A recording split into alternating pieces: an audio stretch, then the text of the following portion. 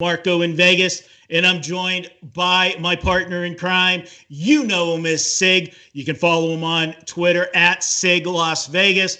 Also, aka The Shirt, Mr. Pick 4. Mr. Pick 5, nice day yesterday at Belmont, Sig. How you doing today? I'm doing fine, Marco. It's good to have you back. While I'm on, though, I want to say a quick shout out and thank you again to Sean Alvarez for joining me last week on Pony Pundits. I like having my usual co-host, Marco, here, but it was a great guest to come on. He came on at the last minute. So thanks again, Sean. Marco, great to have you back. Hey, no problem. Yes, I had Sean on here for the thank you, and I did watch the show last week. Unfortunately, I watched the show from a hospital bed last week, guys, and so if you hadn't seen me around for a week on social media and such, I want to really big shout out to Sean Alvarez and a shout out to Kelly Stewart also for helping us in the show get Sean to come on. It was a great show last week, you guys did. And after I saw how good Sean was, I told the doctors, they said, hey, man, I got to be back next week. So I'm just going to tell you guys right now that following this show today, I will fail a post-race drug test. They got me set up pretty good on painkillers and performance-enhancing drugs, so much so it would make Jorge Navarro and John Service jealous. Let me just tell you that. So we're ready to get this show rocking and rolling, and it's a big week for really Belmont. Go to Belmont Park this week, guys. That's where the big race is, and we're going to get to that in a moment. Before we do, just a quick reminder, don't forget all of the shows we've got at Wade. Daily shows twice daily. We're adding more shows all the time. You can check it out. 12 noon, 3 p.m. Eastern, every day, Monday through Friday. Of course, we're here every Friday, Sig and myself breaking down the ponies. Before we get to that race of the day at Belmont, some news and notes this week. Sig, what happened while I was out of action? Oh, a lot of things that happened while you were out of action, Marco, but we'll just talk about the horses. What do you got for me? We had two races on the road to the Kentucky Derby this weekend. Well, actually this week coming up. One Saturday at the Los Alamitos Derby is being run for a total of 34 points, with 20 points going to the first place finisher, 8, 4, and 2 to second, third, and fourth. We have a 5-horse field for this Kentucky Derby points race in California. You got to love these short fields in California. 80% of the field are going to get points on this coming out of the starting gate. Bob Baffert's Uncle Chuck was installed as your morning line favorite at 6-5. Yeah, and LaSalle in a Derby prep race. It just doesn't even sound right. I'm sorry. Okay. LaSalle, hey, that was the home track for a very famous horse, California Chrome. That's where he did his training and everything. But I'm sorry. When I look up, I'm walking through the sports book, Sig, and I see LaSalle, I'm thinking quarter horse, and that's all I'm thinking from LaSalle. In those, how do they promote them? The best pick four in the business. They're pick fours on at the nighttime racing. But I think there was another track. We'll talk about that. I don't know if it's on your list, but I'll bring it up if you don't. When you talk about some pick fours and pick five, some gigantic payouts on overnight races that I've been seeing come this week from some tracks. But what else you got for us? Well, speaking of Kentucky Derby points, the Indiana Derby will take center stage on Wednesday evening at Indiana Grand Racetrack. Once again, 34 points up for grabs. They have an expected 9-horse field. And once again, the points will be divided up between the top 4 finishers. So not often that the Indiana Derby is on the road to Kentucky Derby. Actually, this is the first time ever, but they're taking full advantage of it. And they have a couple interesting horses in that field. I'll be looking forward to that. I know the Churchill Downs meet just finished up. What you got for us about that? Yeah, the abbreviated Churchill Downs meet ended this past Sunday with 5 fewer days of racing than 2019. But impressively, the overall handle was up 53% year over year. It's just another indication that racing is doing itself a disservice by not trying to broaden its audience during this COVID shutdown and without a lack of sports. Horse racing's taking center stage. You'll find it on Fox Sports on the weekends. You'll find it on NBC Sports Network on the weekends, always on TVG. It's pretty much legal to wager on horse racing almost everywhere in the United States. So it's something that can definitely fill the void that sports is leaving right now. What's more impressive about those numbers, Sig, you said a 53% increase over last year with 5 fewer days. The fact that it was 5 fewer days, yeah, that's a big deal, and you're up 53%. But what you forgot is one of the days that you did not have was that first Saturday in May, the Kentucky Derby. The handle just on that day alone, is not in that pool. And so that tells you how more impressive those numbers are if you dig deeper and put that in the equation. I can't argue with that at all, Marco. It's going to be interesting actually to see with the Derby following that first Saturday in September this year, and if we have college football resume on schedule, if it's going to help or hurt the Derby handle with money being spent between other sports and wagered on other sports come September. Good point. Guys, but I'm sorry. No, I did. You're just so excited because I know what's next on the list. This is Sig's. Let me tell you what. You want to talk about Christmas morning being a little kid? The night before Keeneland starts a meet, that's Sig, okay? He's like, for me, it'd be like a kid in a candy store. For Sig, Christmas morning. Hell, maybe a kid in a candy store, too. Who are we kidding? Go ahead. What are you bringing us next? Guys, by the time we air next Friday, the Keeneland summer meet, I know I said summer, will already be halfway over by the time we go to air next week. They'll have racing on Wednesday, Thursday, Friday, Saturday, and Sunday, just a 5-day meet. There's 11 stakes races spread out over Friday, Saturday, and Sunday. I'll have full card coverage for you guys each day.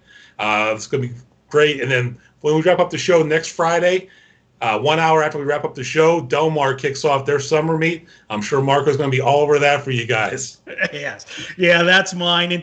And Sig, I always told you, I had been to Keeneland before you were, and I told you, you got to go to a racetrack, you got to go to Keeneland. Keeneland was always my favorite racetrack that I'd ever been to until I made the trek to Del Mar. Del Mar, knocked them off the perch a little bit, but it's just such a great atmosphere down there. Now, unfortunately, everybody's not going to be able to enjoy things the way they have in the past. Hopefully, maybe by the fall meet, it'll be a different story. But if you ever get a chance, put Keeneland on your list of tracks to go to. Horses are athletes in Lexington and Louisville. There's just no other way to explain it. I got chills the first time I was there. I went for a Grand Circuit week. I went for the Bluegrass Stakes. So talk about, really maximizing things. My first trip to Keeneland was for the Bluegrass Stakes, which is one of the major, Kentucky Derby preps.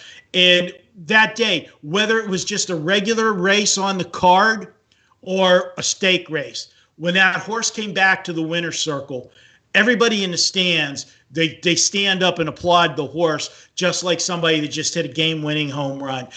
The horses are true athletes in Kentucky.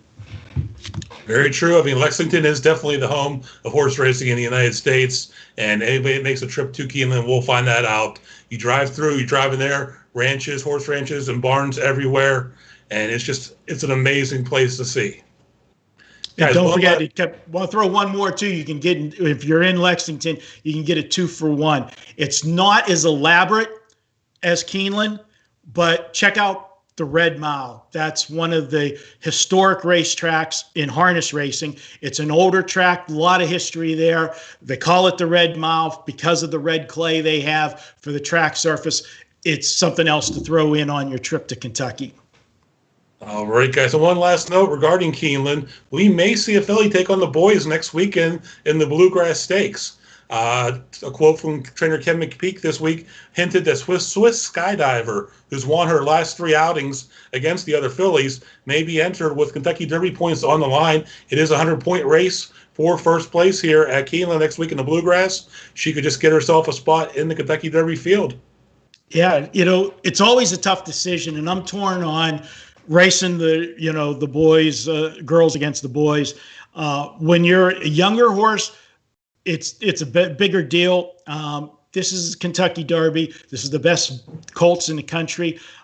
She's the best filly in the country. There's no question about that. So let's say you take a shot because she's already there. She could go for the Kentucky Oaks. You run in this race and you do win. Do you now go against all of the toughest boys for the history of it and, get that win? Kentucky Derby, the prestige, everything else? Or do you take the, almost sure win in the Kentucky Oaks? It's a tough decision for an owner. I mean, for a filly, syndication is not there like you're talking about a stallion, Sig, because unfortunately for the mares, they can only have one baby a year. That's just the way it is. A stallion can breed 200 mares over a breeding season. So there's always a lot more potential for the stallion in, the breeding barn. But who wouldn't want to have a horse out of Swiss Skydiver? Sorry about that. Great mare. I'd be anxious to see it. What do you think? You want to see her race against the boys? I would not mind seeing her race against the boys. I think she's the top of the 3-year-old fillies right now. There's still Venetian Harbor out there. There's still a few other good fillies out there that she may need to face. But I think McPeak's a good trainer. I see him cross-entering her in both the Ashland and the Bluegrass. If he decides to run the Bluegrass and she does qualify, he'll still have the option of racing in the Kentucky Oaks on that Friday before the Kentucky Derby. So we'll have to wait and see what happens. All right, good stuff as always, Sig. Let's get to the race of the day. And you know what? Because there is no premier West Coast track going right now, no Santa Anita, just closed last week, no Del Mar coming up, got LaSalle. So really, Belmont's in no Churchill Downs. They're going to get all the attention this week, and that's going to factor into when we talk about our Pick 4 wager. And by the way, speaking of Pick 4, we will have the free Pick 4 there, and that Sig clubbed me all season on the show with the Pick 4s, but we are in the summer meet. I wasn't on last week. The last week we were on was the first of the summer meet. And we both hit it, but I hit it twice because I threw that extra small ticket just if some favorites came in there. So, Sig, the official leaderboard for the summer meet on the Pick 4 is 2-1. Yours truly. Congratulations on winning, the spring meet. Congratulations, you won that one. Well, thanks, Marco. I appreciate that. And we're just starting off the summer meet here. I have Keeneland coming. I have Saratoga coming. So we'll see here come the end of the summer who's on top. Yeah, and just so everybody knows, I let Sig pick the race of the day and the Pick 4, and then I go, handicap what he tells me. That's why we end up with some of these Pick 4s with so many of these maiden races, because Sig likes those a little better than I do. All right, let's go to race 9. This will be actually the second leg of the Pick 4. We'll give our actual selections on that in a bit, but this is the race of the day. It's the Met Mile. I'm looking forward to this, and this is a pretty darn good field of horses. I ended up almost singling a horse in this race, and when we get to our Pick 4s, will be singling a horse on a smaller ticket. But let's run down the field, get your thoughts. I'll counterpunch back and forth. The number 1 horse in this race is the red-hot Chad Brown. Chad Brown is lighting it up, and you could build a nice Pick 4 ticket almost in this sequence, just taking on Chad Brown horses, and you'd probably be live. What do you think, Sig? This is one of his horses, Network Effect, morning line odds of 8-1. What do you think of Network Effect? Well, Marco, I think back to your Chad Brown comment real quick. There are people that play the New York circuit that bet just the Chad Brown horses. There are people that bet just the IRAD horses. And considering IRAD's riding for Chad Brown a lot this weekend, there's going to be tickets just with IRAD and Chad Brown horses on them. But and ironically, it is IRAD on this one. This is a nice 8-horse field, and the Met Mile always seems to have a good field. This year is definitely the most impressed I've been with this field in a while. 8 horses, 2 are coming in from the Carter at Belmont, 2 are coming in from the Oaklawn Handicap, 2 are coming in from the Westchester Stakes at Belmont. McKenzie comes across country from Santa Anita, from the Triple Bend. But Network Effects are 1 horse here. He's 8-1 on your morning line, the 4-year-old colt. Like we just said, Irad's riding for Chad Brown. He ran second in the Carter, which was over a sloppy track, to Vekoma, who's also in this field. You always have to consider when Irad teams up with Chad Brown, as they win 24% of the time when he rides for him. They're in the money an impressive 61% of the time. To me, though, the Network Effects a second-tier stakes runner. It's a very good horse, but I see him in grade 2s, 3s. I think he's in a little bit over his head here, just based on speed and based on the other horses in this field and the grade 1 successes. So I don't see Network Effect hanging with this crowd of horses on Saturday. I agree with you, and that's the point I was going to make. He is a good horse. I think that, when he's in those grade 2s and grade 3s, just a step below the top-notch horses in the country, he's right there. He has to have everything go perfectly for him, I think, to get here. His style is not going to be conducive. He likes to, come from a little bit further back. This last race, he was able to get second, but it was a distant second. He beat the rest of the entire field in that last race. The best way he had is for one.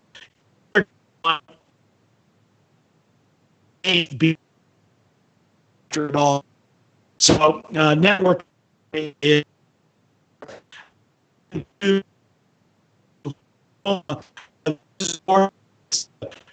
coming on impressive last time. Grade 1 stake. Now, again, it was Network Effect to beat, and Network Effect was second best in that race, and we said he's just a notch below the top horses, and he beat him by 7 lengths. Not to take anything away from Book, had 2 good starts this season, and that was impressive. His last one out. Do you like him in this race? He's 5-2. He's definitely one of the major players. Is he the horse to beat? I don't want to say he's the horse to beat, but I can't let him beat me here. When we get to the pick 4s, we'll get into that. I am using Vekoma here in my pick 4. You have to look at this. I mean, this horse finished 12th last year in the Kentucky Derby. He was off for 10 months before returning with back-to-back victories in the Sir Shackleton at Gulfstream, and then a very impressive win here back at Belmont a couple weeks ago in the Carter as he pulled away from the field and won by 7 lengths. If he runs back to that last effort, he's definitely a contender in here. I'll be using him, but I'm not sure if that was an effect of the sloppy track he had that day. If you guys remember that day when the Carter ran, they basically had a downpour during the course of the race meet that day, and by the time they got to the feature race here, that track was soaked. And if you go back and watch a replay, he was actually the only clean horse left at the end. I mean, he kept himself rated real well and then pulled away at the end. Yeah, I agree with everything you said there, Sig. This is a horse that's going to be in the mix. He's either going to be, I think he's going to be setting just off the pace. This is something when we set up the race I should have started with. The pace of this race, it's an 8-horse field, but almost everybody in this race likes to be on the front end or sitting just off of it. And somebody's going to have to, who's not going to get their way? And that's the situation, I think here. Who's going to be the horse that sets the pace? Who's going to be that horse that makes the first move and challenge the pace setter? And then we've always talked about it, Sig, when you get a horse that puts away that first pesky foe, you always got to look to see who the horse is coming off the back of that horse, to pick up the pieces. I think there's going to be 2 horses that are going to be in that scenario. And when we get to it is why I like one of them a little bit more than the other. I think one of the horses that's going to get a lot of the talk is the next horse, the 3-horse, McKenzie. This is a horse, a lot of people, there's an old adage out there.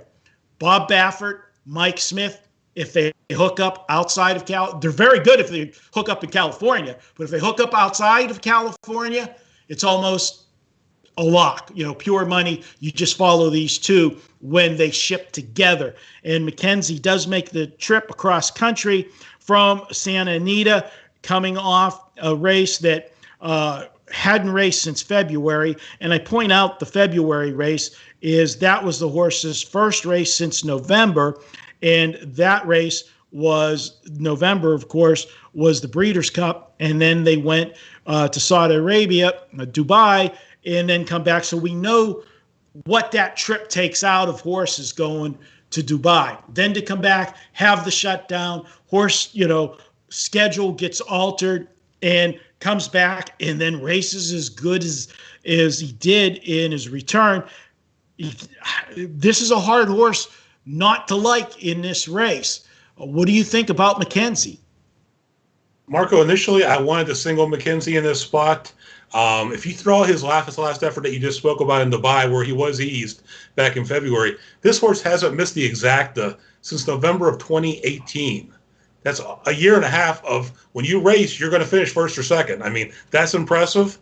Also, this horse should have won the Met Mile last year. If you go back and watch that trip, he ran second to Matoli. He had a really bad trip with traffic. Every time he tried to find the hole closed up on him. He had to check a few times down the stretch, and he still only basically lost out by half a length to Matoli, who's a very good racehorse. But if he had a clean trip in last year's Met Mile, I think Mackenzie wins this. He should improve off the effort in the triple bends. It was definitely a prep going to 7 furlongs because it's the first time they had him go that's short since November of 18. He's, like I say, he's my pick to win in here. I can't single him, though, because there are some very talented horses in this field, and I don't want to let them beat me on the pick 4 ticket. I agree with you. And to point out last year's Met Mile, and you talked about Batoli, he stole that race last year with the fractions. And even going into slow fractions, moderate fractions, it was a race that Mackenzie, if he gets through clean mid-stretch instead of, in the shadow of the wire, he wins the race anyway. So, yes, I agree with you. Moving to the 4 horse. Is this the horse you're singling? Hog Creek Hustle? I am not singling Hog Creek Hustle at 30-1 your morning line. Jose Ortiz is hopping back aboard, though, for trainer Vicky Foley. Like I said, a network effect, I think this horse is in over its head. Hog Creek Hustle has one move, and that's a huge close. And he is going to get a lot of pace up front in this race, but there are a couple horses in here, mainly McKenzie and Code of Honor, that had that tactical speed that are going to be sitting just off that pace. So when that pace does start to break down, they're going to make their move. He's not going to have the fast early pace and tiring horses to pass down the stretch here. So Hog Creek Hustle normally against quality company, and this is a very much a quality field. Hog Creek Hustle doesn't hit the board here. You know what? When you're right, said, yeah, this horse is a total pitch. And I couldn't help but have a little fun there with Hog Creek Hustles. Sometimes I look at a program and I see a horse entered in a race, and I sit there and I question why are they putting this horse in a race? And this is one of those instances. Now, the next horse, Sig, I am going to talk a little bit about this horse because this is my choice to win the race. And I like this horse a lot in here. And I know, Mackenzie, you were considering singling Mackenzie, but you didn't want to have, Vacoma beat you, or I'm assuming Code of Honor beat you. I was going to single Code of Honor, but I didn't want to have Mackenzie beat me. And this is a spot where we talk about you've got to, in your mind, visualize what the trip is going to be, how the race is going to play out, where everybody's going to be in the race at particular points in time of the race. And we haven't got to this horse yet, but there's a horse in this race that races only one way. And, he's got to go to the front, go as long and as hard as he can. If you can beat him, you beat him. If not, he's going to hold on. We'll talk about him more in detail, but that'll be the 8 Warriors charge. He's going to be the horse on the front end. Then it's going to be Vacoma and a slew of other horses that like to be right around there. One of those horses is going to be Mackenzie. And I think the situation is going to be is Vekoma is going to be the closer horse early. It'll be Warrior's Charge and Vekoma and then Mackenzie. And I think it's going to be Mackenzie that's going to come with that first attack.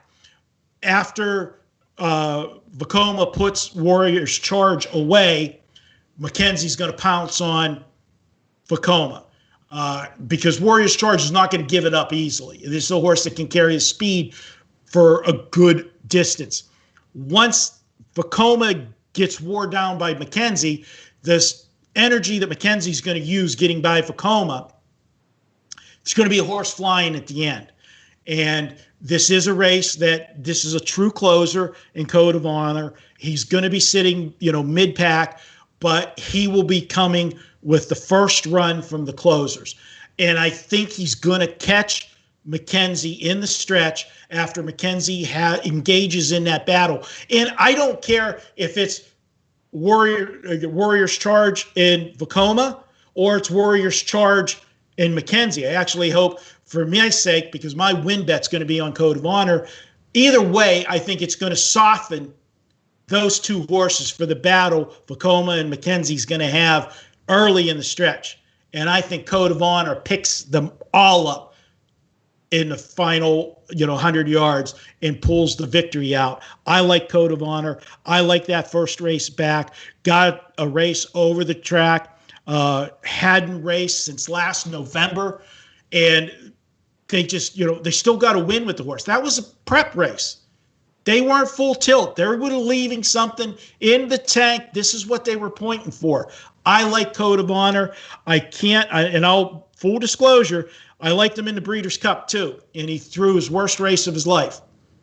That's the only bad race that I can go back and look at this horse. Tell me why I'm wrong on Code of Honor. I can't tell you you're wrong, Marco, because I'm using Code of Honor here as my second choice. I see either him or Mackenzie making the move you're discussing, but I see a little different pace setup early. The three horses we haven't talked about yet, I see all of them vying for the early lead in this race and setting some fast early fractions. So we're going to get to them all, but I think Vekoma is actually going to be in the second tier of horses with Code of Honor and Mackenzie waiting to pounce, but it's going to really depend on how fast they go up front and who decides to go first. That really comes down to a jockey's decision, and out of those Mackenzie, Code of Honor, and Vekoma, you're talking about Mike Smith, J.J. Castellano, and John Velasquez. There's a lot of years and a lot of experience there. It's going to come down to who makes the best decision when. And at this point, I'm still leaning towards Mike Smith to make that decision. He knows Mackenzie well, rides him a lot. That's why I'm leaning towards Mackenzie. But Code of Honor, back to Code of Honor at least. Horse has only missed the board twice in his career. He finished fourth in the Mucho Macho Man Stakes at Gulfstream to kick off his 3-year-old campaign. Then he finished seventh in last year's Breeders' Cup Classic as he faded against some horses that were a little fresher coming down the stretch. He looked good winning the Westchester last month, over endorsed, who we're going to be discussing next. It was definitely a prep for this race.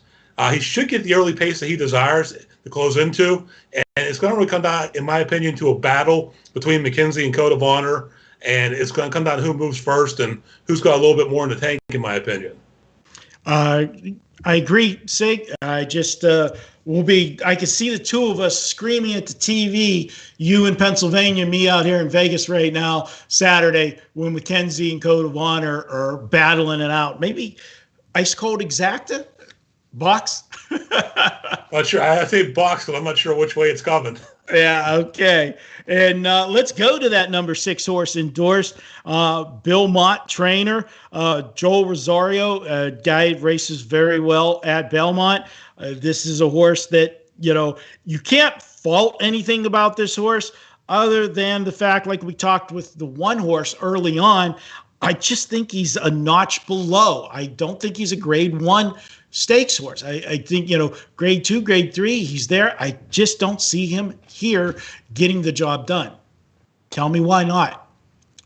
Well, I endorsed this 10, like you said, 10-1 the morning line. He tried to take him wire to wire last time in the Westchester, and Code of Honor barely got to him at the wire That was a little bit of a shorter race here, though. He definitely can run with the second tier of stakes horses, like Marco said. And I don't see him being a factor in this field, but I do see Rosario trying the same thing. I see Modern Rosario have a plan to get this horse out front, play come catch me. What's one thing in the Westchester, it's another thing in the Met Mile. He's dealing with a lot more quality horses in here. I don't think this horse has the stamina to sustain the early pace that he's going to see between Warrior's Charge and I believe Mr. Freeze, the next horse we're talking about, is going to be in that early pace as well. I'm not using endorsed here. I think he's a good horse. I think he has some wins left in him. I see those being in grade 2s and grade 3s so throughout the rest of the year. Agree with you 100%. He's not on my ticket. The next horse, Mr. Freeze, this is a horse that, again, we could classify him as one of those horses in, just off that tier, but he has raced in several stake races. I mean, you look down his card, he's danced every grade stakes there are, 1, 2, and 3s. The 3 times that he's raced in a grade 1, and you go back, the first time he raced in a grade 1, that's back in September of 2018. He did not fare well. Finished up the track, 8th beat, 28 lengths. But then the other 2 times, he ran 3rd November at Churchill Downs, and then a grade 1 stakes early this year, January, Gulfstream Park, finished 2nd. So this is a horse that I think is improving, is a horse that's going to be coming, he has the style where he's going to be off the pace. He doesn't have the speed. You mentioned about maybe him being up there. I don't think he has the speed to go anywhere near what we're going to see from Warrior's Charge and the endorsed that we just talked about. So maybe he'll be one of those ones that could pick up the piece bottom end of a try or super, but that's the best case scenario I see for him. He does have a very hot jockey. Manny Franco's having, a dream season so far, and he's making all the right moves. This is an up-and-coming, jock. I don't know. And I know in the past you've been a fan of Dale Romans. Is this one of those times? This is actually. Mr. Freeze is my long shot candidate in here. Like I said, guys, I'm on McKenzie. Code of Honor 2nd. I do have Vacoma 3rd. Mr. Freeze is on my pick 4 ticket. Couple reasons. First, this horse is always game. He's always ready to battle. He doesn't back down from a fight. Look at his PPs. He's always right there at the finish. And he's always, it's not like he's finishing 3rd but 7 lengths back. He's finishing 3rd and like 3/4 of a length back. He won the mile at the mile distance at Gulfstream Park. In the Gulfstream Park mile, Manny Franco was in the irons. He's gone 3 races at the mile distance, 2 wins and a 2nd. And Dale Romans knows how to get a horse ready for a stakes race. He doesn't enter him into a spot where he doesn't think they're going to compete. Mr. Freeze, I think, is a very live horse on Saturday. Is he the quality of the other 3 that we talked about? Maybe not, but maybe he is, and maybe he pays. 8-1 in the morning line. This horse is going off 12-1, 14-1 or better, I think. So if you're looking to make some money in this horse and think the upset's occurring, Mr. Freeze is your long shot. Well, I agree with you, Sig. When we get to our actual picks of the race, I do have him on my ticket as my 4th choice in the field. The last one is the horse we've been making a lot of references to, and that is the 8 Warrior's Charge. This is a one-way horse. It's going to bust out of the gate from post 8. Only one way to go. Going to get him fired up. Once he got him going, he's not going to back him down, and I don't think he'll be able to rate. And I think, as you said, Endorsed wants to go with him. The question is going to be, will one of them let the other one go to try a little bit to try to get soft fraction? Because the only way the 6 or the 8 have any shot is if you get one of those races where nobody goes out to challenge, and then they're able to get a cheap half, and before you know it, you look up at the timer, and you're sitting there with tickets on closers, and you're going, oh shit, we're in trouble. I see no way that happens in this race. Tell me how they don't have fast fractions. I don't. When I originally played this race out in my head, Warriors Charge and Endorsed are going to the front. I do think Mr. Freeze tries to go with them at least early on. But like we said, horses like Vacoma, McKenzie, Code of Honor are all tactical. they're not going to let them get that far out in front. They're also not going to go at crazy fractions with them. So if the two of them get out and go crazy fractions, they're going to stay just close enough that they know they have the horse to get to them. So Warrior Charge definitely will be leading this race at one point, probably right out of the gate. After that, it's going to be a battle between him and Endorsed, and they're both going to run out of stamina, and we're going to see a couple horses come down here and clean up the mess they created. All right. My numbers in this race are 5, 3, 2, 7. But when we get to the pick 4, which we're going to head to now, I'm only going 3 deep in this race, 5, 3, 2. How do you have this race, Sig? I got 3, 5, 2, 7. I think the 3, 5 exacta box is going to get you a winning exacta. I would definitely try box the 3, 5, 2, 7 though. If something weird does happen, I think those are the horses you see finishing 1, 2, 3. All right, Sig, we're going to run through the rest of the pick 4 card so we stay on time today. And the 8th race, I think this is the most wide open race of the 4-leg sequence. Even though there are horses, that we talked about, like in the next race, which we just talked about, race 9, the second leg, there's 3 horses that are going to get all of the money, and you make solid cases for all of those 3 horses. Here, you can make solid cases for 5 or 6 horses. I had to narrow it down, and I've got a long shot in this race for my top choice, and that's the horse I'm going to be rooting for because I think that's what gets me the ticket. And my top choice in this race is the 4, Seismic Wave. And what I'm going to say about Seismic Wave, and me and you were chatting a little bit last night on back and forth by text as we were looking at this. I'm telling you from a horse owner, Seismic Wave's last race, that was his first race of the year. He had not raced since October of last year. Bill Mott's the trainer. You've got Joel Rosario, great rider here in New York. And this horse, they sent him out for a tightener.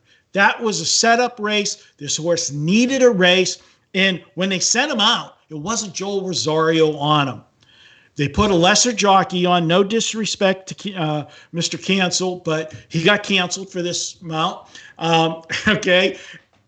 He's not Rosario. Okay. They just wanted a jockey that was going to do what they told him to do. And what they told him to do was sit with this horse, give him an easy trip, and then let him pace through the lane. Just make sure the tank is full for next week. Don't bring the horse back with an empty tank of gas. Well, if you go back and watch that race, and we've talked so many times, Sig, about watching race replays and know what to look for and different things. Watch the move this horse made when he finally got him to daylight and let him loose. This horse was full of run, and that's what you want when you're going into a big race. You want your horse brave. You want your horse full of confidence, and you want that horse flying in the stretch, and they did that. That's my long shot horse in this race, but yet I'm going 5 deep when we get to the numbers. Who's your top choice? I went 4 deep in here, and I think I might finally have a situation where God Stormy is ready to go. The 7-horse God Stormy, 7-2 on your morning line. Mark Cassie's been entering her and then scratching her out of a few races here as the turf got softer. The Belmont turf, basically hasn't got water in a week and is pretty much firm. We are going to get rain late today and overnight. I don't think it's going to be enough to really soften that turf up to a point where she's not going to like it. The now 5-year-old mare hasn't seen the winner's circle since the matriarch at Del Mar back in December. But she's the old lady in here, one of 3 5-year-old mares racing. I think she's going to return to her winning ways. She's a great horse. It's just getting the right setup for her at this point. She wants the firm turf, and she is a specialist at this mile distance here. All 8 of her career wins have come at the mile. I think she's going to be good value on Saturday with all the Chad Brown entries taking money. I have Get Stormy here on top. Sig and I were texting back and forth last night. As I said, I get a text, Stormy likes it stiff, and I didn't know if he was at the strip club telling me, but then I remembered they're all closed, so it wasn't that. And I said, what are you talking about? And I got this whole thing about the turf, and that's how detailed Sig goes. He's checking out the turf. Is it stiff, firm, soft? And nobody likes anything soft. So that's you got get Stormy. So I have her on my ticket. My ticket in this race, Sig. And again, I want one of the bombers to come in, but I got 4, 7, 2, 9, 5. Where are you? I won't, like I said, got Stormy on top of the 7. I got the 5, Social Paranoia. I have the 9, Value Proposition, one of the Browns, and 2, Valid Point, another one of the Browns in here. Okay. I hate for you to miss that first leg there, buddy, if the 4 lights up the tote board, but you'll get text about it. I know that. As I get them the other way as well. All right, we already talked the 9th race. We'll recap these here at the end. Let's go to race 10, another stake race. It's the Manhattan. Who's your top choice, Sig? I landed on the 2, Rock Emperor, 5-1 on your morning line. And the reason I landed on Rock Emperor is the 5-1 morning line on here. There's a couple Chad Browns in here, actually 3. And basically, Rock Emperor has got the longest odds on the morning line at 5-1. John Velasquez is riding here. Basically, she was just nosed out in her last start at Santa Anita in the Whittingham before being DQ'd the 3rd. She looked fantastic closing in that race, and she's been continuing to train well at Belmont over the past week since that race. I think it comes down to one of the Brown horses here, and I like the price, like I said, on this one. I'm assuming Irad has choice of mounts, and he did decide to stick with Instilled Regard, who's my second choice in here. That's the only thing that concerns me is he chose to ride Instilled Regard over Rock Emperor, but I got to land on Rock Emperor at 5-1 on my top choice. And that's what's going to get us the price on Rock Emperor, because that's one of the best handicapping angles, there is. These guys make their money based on percentage of earnings that the horse earns in that race. So they want what's, in their opinion, the best horse in the race. I think he made a mistake here. I agree with you. I have Rock Emperor on top as well. What I like, and I think too often with and it's a pet peeve of mine with my own racehorses, is jockeys are too concerned about the here and now. And Instilled Regard right now might be a tad better because, it's had races under its belt. Rock Emperor, that was, second start. The start before that was March 21st. And before that, hadn't raced since August of 2019. So this is third start of the form cycle. I agree with you. Rock Emperor is my top choice in here as well. And I think we will get that price because of the IRAD money going to the 1. I have 2-5-1 in this leg. Where are you? I went 2-1-5, and I threw in the 4 there, Sadler's Joy. Hasn't seen the winner's circle since last November, but he's always there in the end. I mean, I'm not going to let that horse talk me out of the pick 4. I went 4 deep here, 2-1-5-4. And just a quick note on the 1 Instilled Regard. This horse needs a fast pace to close into. I don't see this race setting up as fast on the early end. I do see some closers coming here, but I don't see the fast early pace that a horse like Instilled Regard is going to need. And guys, just think about the conversations Mark and I had over the past. We talked about 3 of these 4 races. We're going 3 and 4 deep in these races because there are quality 3 and 4, 5 horses that can win these things. This pick 4 tomorrow is going to pay. It is, and I had Sadler's Joy as my 4th choice in this race, Sig, but I had to narrow my ticket down some because I went so deep in the first leg. And I just think that, if the horse beats me on my pick 4, that would be the one I think that would upset the apple cart for me. Going to the last leg, Sig. This is a very good stake race again. We got 1.25 miles on the dirt. Nice field. Number 1, Tacitus is the favorite, 9-5. This is a horse that he's a gray, and I've bet him so many times that he's caused me grays because he has a knack. He likes to win, but he likes to finish second too a lot. And Where are you at on this horse? I'm just trying to figure out if you still have hairs turn gray. Oh, wow. Guys, I landed on Tacitus here as a single. Poor horse. John Velasquez is riding for Belmont. It's hard for me to believe this horse hasn't seen the winner's circle since last year's Wood Memorial at Aqueduct in April. And that's probably because he's always showing up in these big races, but not getting the finished. I think that changes on Saturday. The blinkers go back on, and the horse has shown the ability when focused. He's definitely the class of this field. The distance isn't going to be an issue. If he avoids trouble, he wins this race, in my opinion. The field's full of what I call slower horses and horses that don't want to go this distance of the 1.25 miles. Tacitus has shown no problem with the distance, and he's faster than the other horses in this field. It's his race to lose. I singled the one Tacitus. How'd you see it, Marco? Well, I'll tell you, with the blinkers on, simply put, yes, they need this horse to be closer to the pace. And if you look at that last race and go back and look at it, the race was over for him at the break. And you look at all of his other races, this horse never is that far back.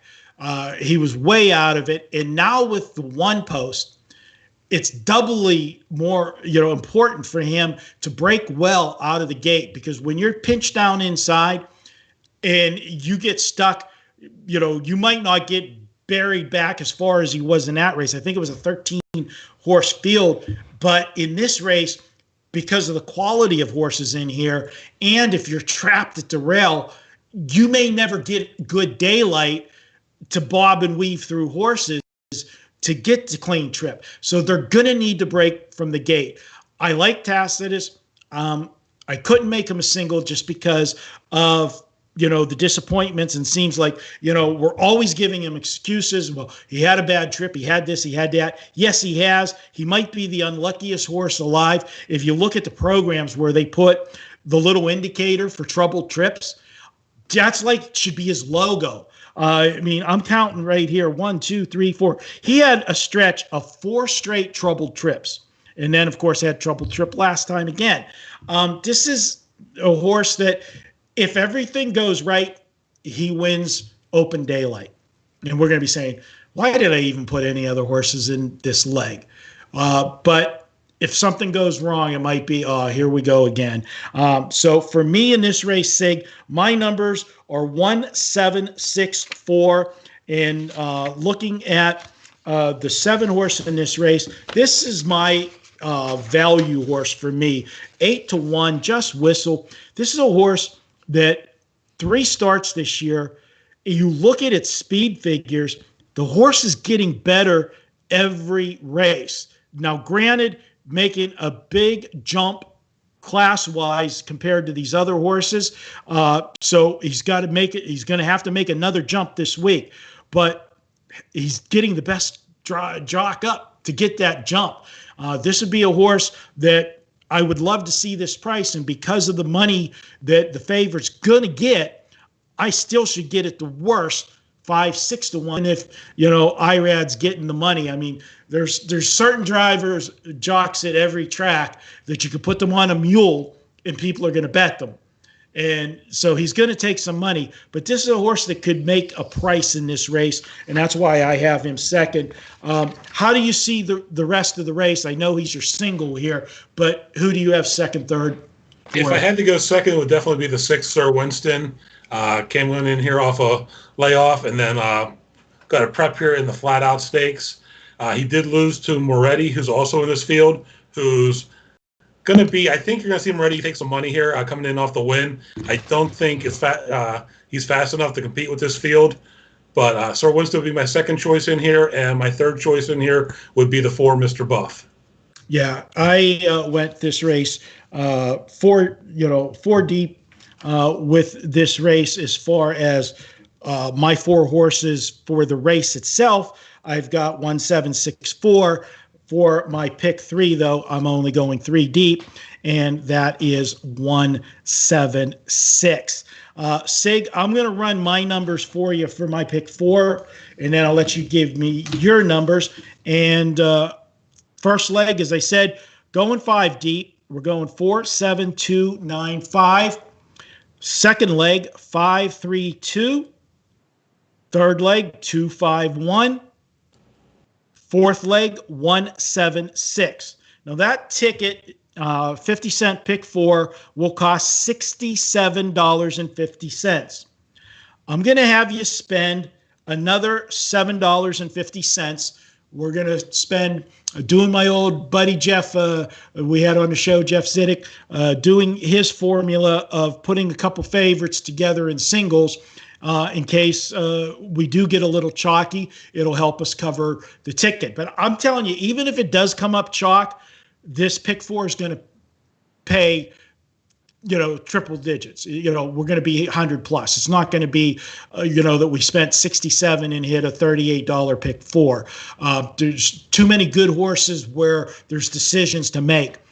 So my $7.50 ticket is the 47295 in the first leg, but in that second leg, I am singling the 5 Code of Honor, and then 251 in the third leg, and then in this last leg, just singling the 1. That's a $7.50 ticket. That's the insurance policy ticket for the favorites.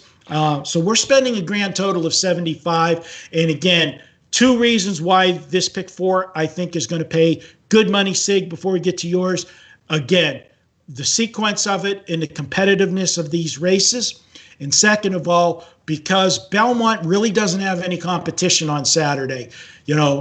Last week and the other weeks, you had Churchill Downs taking a lot of action. You had Santa Anita taking action.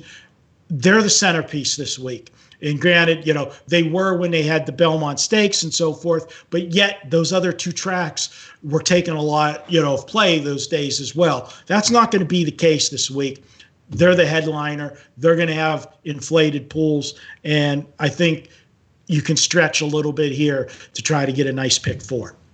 Don't disagree with you at all on that, Marco, but when it comes to the standings on the pick 4 for the summer meet, if Marco keeps giving out 2 tickets every week and I give 1, I'm never going to catch him, even if my 1 hits it is 2 lose. Hey, you're allowed to make a little small, we're keeping that bonus ticket as, chump change, $7.50. That's, coffee and a donut at Starbucks. Come on. I'm not going to argue with you. I had a $5 ticket that was live through the first 3 legs last week that unfortunately burned up in the final leg, which would have been a nice return for the viewers. But with this week, like Marco said, there's going to be a lot of money wagered at Belmont on Saturday.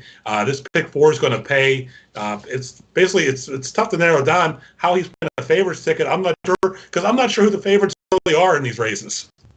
But my pick 4 went 4 by 4 by 4 by 1. We have the 7592 with the 37, with the 2154, with singling the 1 Tacitus in the final leg. That's a $32 ticket for 50 cents, guys. Sure you don't want to throw a second, $1 ticket out there anyway? A cheap ticket there that's giving you an opportunity. I had a hard time narrowing these races down to 4. I don't have any favorites. Oh, good stuff. So you've got, I'm spending a little more money than Sig, but I have not been in action all week. Okay. I got a little more in the bankroll. So we're spending a little bit more money. So I hope you guys, appreciate the effort there, and let's get this one home. I think it's going to be a fun day at Belmont for these races. And the best part of it is we had 4 stake races for the sequence. There's other stake race on the card at Belmont, and it's just that these races were so competitive. They put the better ones in the back just for that that reason. You want to get that late pick 4. And let's face it, the late pick 4s, the last races, those are the races everybody likes to get their little bailout on. They're gonna, if they're down for the day, they're chasing. They're smart on how they set these races up, and you want to keep the crowd there for the best races. That's always a tried and true tradition in horse racing. Sig, I got to tell you, it's fun being back in the saddle, so to speak. We'll see how that post-race positive test goes, see how that goes. And you got big plans for the weekend? I'm watching racing. I mean, that's all I've been doing during this quarantine is watching racing, and it's going to be a huge day tomorrow. It's in the mid-90s here right now, and unlike Vegas mid-90s, it is humid as hell. So I'm staying inside as much as I can. Got some good racing to watch. Guys, we do have basically a free spot in the early pick 5 tomorrow in one of those stakes races. If you take a look at the card, you'll definitely know who I'm talking about. But you can grab my sheet. I'll have full card Belmont selections for you up later tonight for tomorrow's card. And we'll have Belmont as well on Sunday. Like I said, next week's all Keeneland, Wednesday, Thursday, Friday, Saturday, Sunday. And then we'll be moving to Saratoga. So looking forward to it. Things are getting back to normal somewhat. All right. Yeah, I'll have a card up tomorrow for you guys. We'll have some of the spot races from Belmont, and I'll have some spot races from other tracks along with it on my sheet. And guys, I don't talk politics here on the show at all, but I am going to talk about something. And I know a lot of people are frustrated. They don't want to wear masks when they're out and so forth and that. I want to tell you guys, you need to be smart, okay? Because you might not be just protecting yourself, okay? And I know we got a lot of young viewers watching us and that.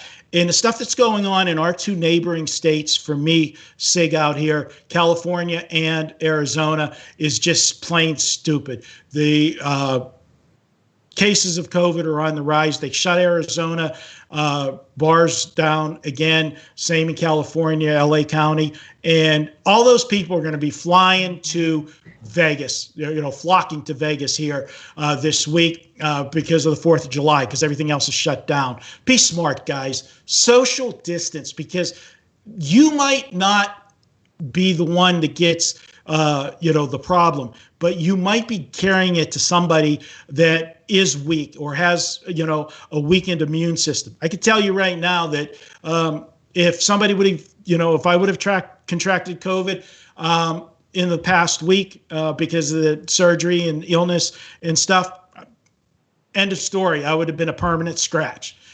So not necessarily yourself, but think of somebody else. Think of somebody else's loved one that you might have, that passing it on to somebody that's a worker that goes home to their family and has somebody elderly. Be smart. Have fun. I know we're all penned up. It's 4th of July. This has been a year we want to freaking forget. And I get that. And we all want to blow off some steam. Let's blow it off smartly. That's my rant for this week, guys. We'll be back next week. Sorry to get on my pedestal, but, I can't. It's my show in SIGs. So, and I got the microphone. SIG can't mute me. SIG, have a good week. Good luck with the races this weekend. We'll be talking through text all weekend, as we always do.